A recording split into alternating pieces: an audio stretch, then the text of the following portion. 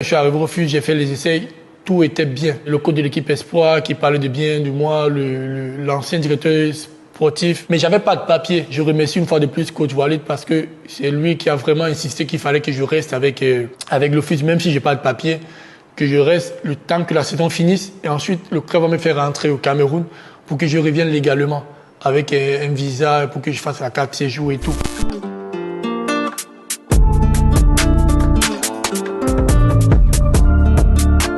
Salut Brut, moi c'est Junior Kameni, footballeur professionnel avec l'Office de Rabat et international camerounais. Je joue au poste d'avant-centre. Aujourd'hui, je vais vous raconter mon histoire et mon parcours. Bienvenue. Je suis né à Douala. J'ai eu une enfance vraiment difficile parce que j'ai perdu ma maman à l'âge de 6 ans. Avec le temps, j'ai commencé à cultiver cette passion qui était le football. En jouant au quartier avec des potes. Au quartier, j'avais comme un grand frère à moi, coach Epoupa. Lui, il a aussi joué au football, un très bon joueur. Il m'a donné beaucoup de bases parce qu'il faut rappeler que j'ai pas fait de centre de formation à l'époque. C'est lui qui m'a vraiment inculqué ce que c'est qu'un footballeur en fait. Un jour, par le canal d'un ami, il m'avait dit, toi, tu es un très bon joueur et tout le monde t'aime au quartier. Pourquoi tu ne vas pas aller pour jouer en Europe, au pays, si tu ne vas rien gagner? Et puis après, je me suis décidé, je lui ai dit, ok, mais j'ai pas d'argent. Il m'a dit, t'inquiète pas, moi, je vais gérer tout ce qui concerne le trajet et tout. C'est où j'ai pris la route de l'aventure sans toutefois informer ma famille ni personne. On est sorti un nombre de 3. Et voilà, nous sommes passés par le Niger, nous sommes passés par l'Algérie. On a pris le désert de l'Algérie pour entrer au Maroc. Et on est entré par la ville de Oujda. Et à l'époque, j'étais encore très petit. J'ai pris ma route avec mon frère. Et là, on parle de 2014. On dormait sur les dalles à Tanger. Un jour, il y a eu comme une bagarre générale. Nous, on ne savait pas ce qui s'est passé. Il y a eu ce jour 2 morts. Et moi, j'étais au mauvais endroit, au mauvais moment. On m'a mis en cellule et là, on nous a transférés au tribunal. Et le juge a trouvé que voilà, on n'était pas condamnable. Je suis retourné au Cameroun en fin 2014. J'ai économisé certaines sommes d'argent et à l'époque aussi, j'avais des amis à moi au quartier. Ils étaient vraiment, on va dire, délinquants. Moi, je connaissais déjà le trajet. Par contre, eux, ils ne connaissaient pas. À Tamaracet, il n'y avait pas d'argent. Chaque fois que j'allais travailler en journée, je rentrais plutôt aux environs de 17 h. Et après, à partir de 20 h, il y avait des gars qui jouaient au foot, des Algériens et tout. Moi, j'allais tout le temps jouer avec eux. Il y avait un Algérien tout le temps qui me disait, tu es un très bon footballeur, tu ne dois pas rester en Algérie, tu ne dois pas rester ici. Je lui ai expliqué ma situation. Je lui ai dit, j'ai pas de papier, j'ai pas d'argent, j'ai rien. Et je me rappelle bien, cette nuit, il m'a accompagné jusqu'au ghetto où j'étais dans sa voiture. Et il a sorti beaucoup d'argent.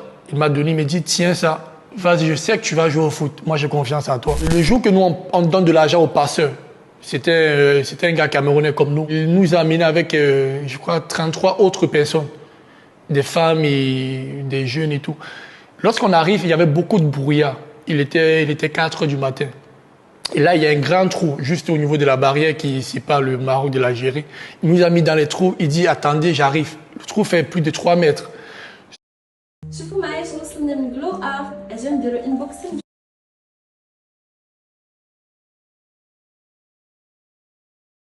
De 3 mètres. Sauf que là, il est parti, nous a laissé. On décide voilà, qu'il faut que nous-mêmes, on traverse le grillage parce que le gars ne va plus revenir. Et vu ma taille, je suis grand de taille. Et là, moi, j'aidais, je portais des personnes pour monter. On a arrêté tout le monde. 33 personnes, je suis la seule personne qui a traversé pour arriver au Maroc. J'ai marché de 5 h 30 jusqu'à midi pour arriver à la ville de Oujda. Et là-bas, Oujda, j'étais plein de sang, plein de boue. Et j'essayais de demander de l'argent à plusieurs personnes pour prendre le bus, essayer d'aller retrouver mon frère. Et c'était très, très difficile. J'ai fait 2 semaines en forêt et on dormait dans des grottes. Il y a mon frère qui m'a dit, lui, il partait à Casablanca. Et moi, je continuais à jouer avec des Camerounais en communauté à Tanger. Mais après, je lui ai appelé, je lui ai dit un jour, moi, je ne veux plus rester là. Je veux plus, même l'Europe, je ne veux plus en fait. Ce que j'ai vu, moi, je ne peux plus continuer.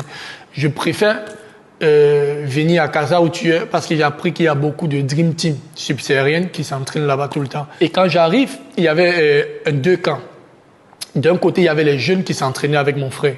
Et de l'autre côté, il y avait un groupe des vétérans. À un moment donné, il y a un vétéran qui s'est blessé. Là, ils m'ont donné le châssis du parti. Je suis entré, j'ai marqué 3 buts et j'ai fait une passe de but. J'ai fait un match vraiment incroyable. J'avais la dalle en fait. Je voulais jouer au foot et tout. Dieu merci, il y avait un monsieur qui regardait le match. C'est un Marocain. Il s'appelle Hamid Bouzidi. Je le remercie de tout mon cœur. Il me dit, voilà, tu vas jouer professionnel ici au Maroc. Je te promets. Bon, moi, je ne le croyais pas au début.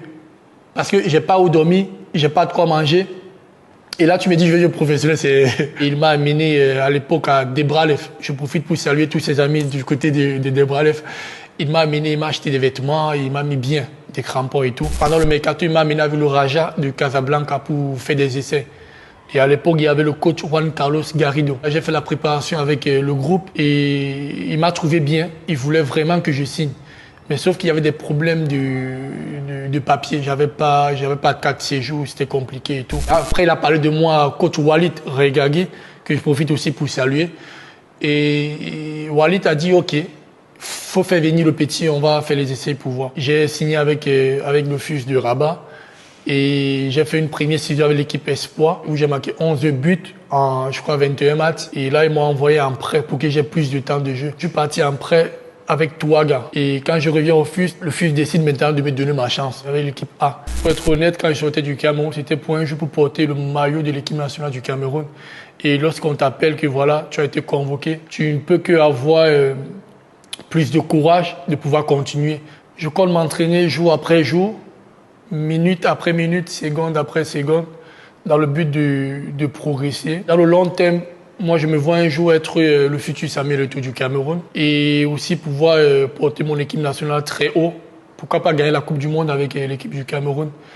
Et aussi je me vois être en train de jouer des grands matchs européens comme la Champions League. Le fameux maillot du Cameroun, il est là avec bel et bien 5 étoiles. C'est une Coupe d'Afrique. C'est très beau maillot. Toujours le Cameroun.